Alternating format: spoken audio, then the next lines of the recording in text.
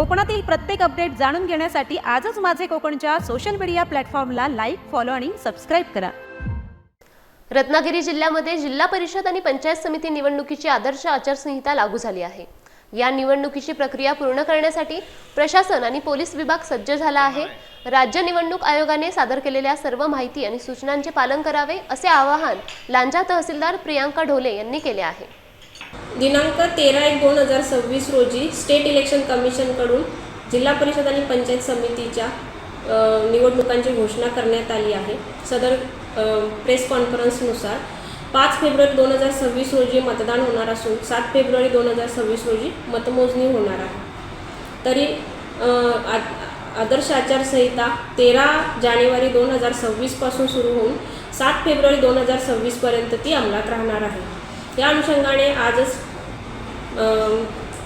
राजकीय पक्षांची मीटिंग तहसील कार्यालय लांजा येथे घेण्यात आली आहे आणि त्यांना सूचना देण्यात आल्या आहेत। आदर्श आचारसंहितेची माहिती देण्यात आली आहे। आदर्श आचारसंहितेचे काटेकोरपणे बजावणी करण्यासाठी तालुका प्रशासन सुसज्ज आहे। याकरता पोलीस प्रशासन सुद्धा काम करत आहे। सदर निवडणुकीच्या अनुषंगाने जिल्हा परिषद गटांसाठीच्या सदस्यपदाच्या उमेदवारांची खर्चाची मर्यादा 6 लाख आणि पंचायत समितीच्या गणांच्या सदस्यपदासाठीच्या उमेदवारांची मर्यादा 4.5 लाख आहे। 1 जुलै 2025 रोजी अस्तित्वात असलेली मतदार यादी या निवडणुकीसाठी ग्राह्य धरली जाणार आहे। लांजा तालुक्यातील मतदारांना मी आवाहन करते की त्यांनी या मतदानासाठी निर्भयपणे मतदान करून मतदानाचा टक्का वाढवावा। तसेच आदर्श आचारसंहितेचे काटेकोरपणे अंमलबजावणी करून प्रशासनाला सहकार्य करावे असे माझे आपणास कळकळीचे आवाहन आहे। रोल जिल्हा परिषद व पंचायत समिती सार्वत्रिक निवडणूक 2026 कामी निवडणुकीचा कार्यक्रम शासनामार्फत जाहीर झालेला आहे। मतदार यादी ग्राह्य धरण्याचा दिनांक 1 जुलै 2025 आहे।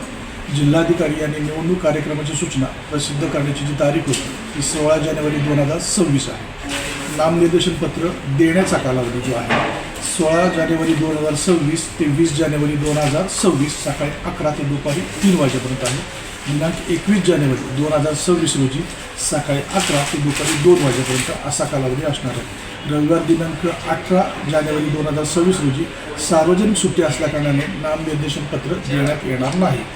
नामनिर्देशन पत्र स्वीकारण्याचा कालावधी दिनांक 16 जानेवारी 2026 ते 21 जानेवारी 2026 सकाळी 11 ते दुपारी 3 वाजेपर्यंत असणार आहे। रविवार दिनांक 18 जानेवारी 2026 रोजी सार्वजनिक सुट्टी असल्याकारणाने नामनिर्देशन पत्र स्वीकारण्यात येणार नाही। नामनिर्देशन पत्राची छाननी व त्यावर निर्णय दिले दिनांक 22 जानेवारी 2026 रोजी होणार आहे।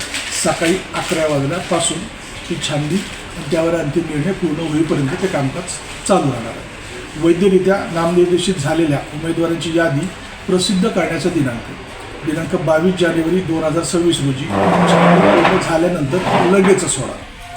उमेदवारी मागे घेण्याचा दिनांक 23 जानेवारी 2026 व ते दिनांक 24 जानेवारी 2026 दिनांक 27 जानेवारी 2026 सकाळी 11 ते दुपारी 3 वाजेपर्यंत असणार आहे। रविवार दिनांक 25 जानेवारी 2026 आणि सोमवार दिनांक 26 जानेवारी 2026 रोजी सार्वजनिक सुट्टी असल्याकारणाने उमेदवारी मागे घेण्याची नोटीस स्वीकारण्यात येणार नाही।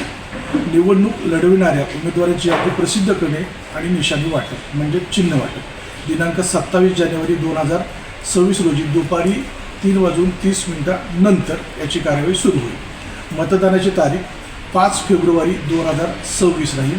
त्याचा जो वेळ आहे सकाळी 7:30 ते संध्याकाळी 5:30 या कालावधीत मतदान होईल। मतमोजणीची तारीख आहे दिनांक 7 फेब्रुवारी 2026 सकाळी 10 वाजल्यापासून मतमोजणीला सुरुवात होईल। त्यानंतर निवडून आलेल्या सदस्यांची नावे शासन राजपत्रात प्रसिद्ध करणे ही दिनांक 10 फेब्रुवारी 2026 रोजी कार्यवाही होईल। अशा पद्धतीने एकंदरीत जिल्हा परिषद व पंचायत समिती सार्वत्रिक निवडणूक 2026च्या कार्यक्रमाची यथोचित स्थिती आहे। धन्यवाद। कोकणातील प्रत्येक अपडेट जाणून घेण्यासाठी आजच माझे कोकणच्या सोशल मीडिया प्लॅटफॉर्मला लाईक, फॉलो आणि सबस्क्राईब करा।